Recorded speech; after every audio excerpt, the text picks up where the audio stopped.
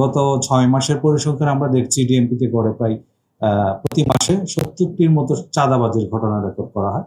এখানে চাঁদাবাজি শুধুমাত্র এককভাবে চাঁদাবাজি না, হয়তো অন্য কোনো মামলায় চাঁদাবাজির সেকশন থাকলে সেটাও কিন্তু চাঁদাবাজির মামলা হিসেবে আমরা ধরেছি। তো সার্বিকভাবে বলতে গেলে ডিএমপির বর্তমান যে আইন শৃঙ্খলা পরিস্থিতি সেটা আমরা স্থিতিশীল আছে বলে মনে করি। এর বাইরে আমরা যে আমাদের নিয়মিত পুলিশি কার্যক্রম সেটা অব্যাহত রেখেছি। আমাদের দুটো বিষয় রয়েছে, একটা হচ্ছে অপরাধ প্রতিরোধে যে প্রিভেন্টিভ যে কার্যক্রমগুলো সেগুলো, এবং যেসব ঘটনা ঘটে যাচ্ছে সেগুলো আমরা দ্রুত সময়ের ভিতরে রহস্য উদ্ঘাটন করে সেটা ডিটেকশনের কাজ।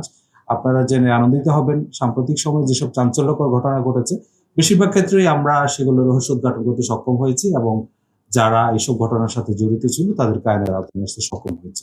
তার একটা অন্যতম উদাহরণ হচ্ছে সম্প্রতি রাজধানীর যে চাঞ্চল্যকর সোহাগ হত্যা মামলা। আপনারা জানেন ইতিমধ্যে এই ঘটনায় 12 জনকে গ্রেফতার করা হয়েছে এবং তার মধ্যে 9 জন স্বীকারোক্তিমূলক জবানবন্দি প্রদান করেছে। এই ক্ষেত্রে এজাহার নামী এবং এজাহার বহির্ভূত গুরুত্বপূর্ণ আসামি যারা রয়েছে তাদেরকে আমরা গ্রেফতার করেছি, এবং আর যারা পলাতক রয়েছে তাদেরকেও গ্রেফতার প্রক্রিয়াধীন রয়েছে।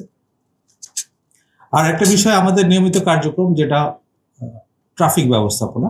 ট্রাফিক ব্যবস্থাপনার ক্ষেত্রে আমরা নিত্য নতুন কৌশল অবলম্বন করছি, এবং বিভিন্ন স্থানে আমরা কিছু পরীক্ষামূলক ডাইভারশন দিচ্ছি, এবং এসব ক্ষেত্রে দেখা যায় সেগুলো খুব ইতিবাচক ফলাফল নিয়ে আসছে। তথাপি কিছু ট্রাফিক আইনে বেশ কিছু মামলাও প্রতিদিন রুজু হয়।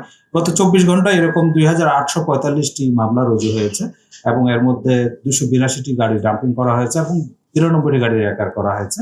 আমরা প্রত্যাশা করি নগরবাসী তারা সড়ক পরিবহন আইন মেনে চলবেন, এবং নগরের যে ট্রাফিক শৃঙ্খলা সেটা মেনটেন করার জন্য পুলিশকে যথাযথভাবে সহায়তা করেন।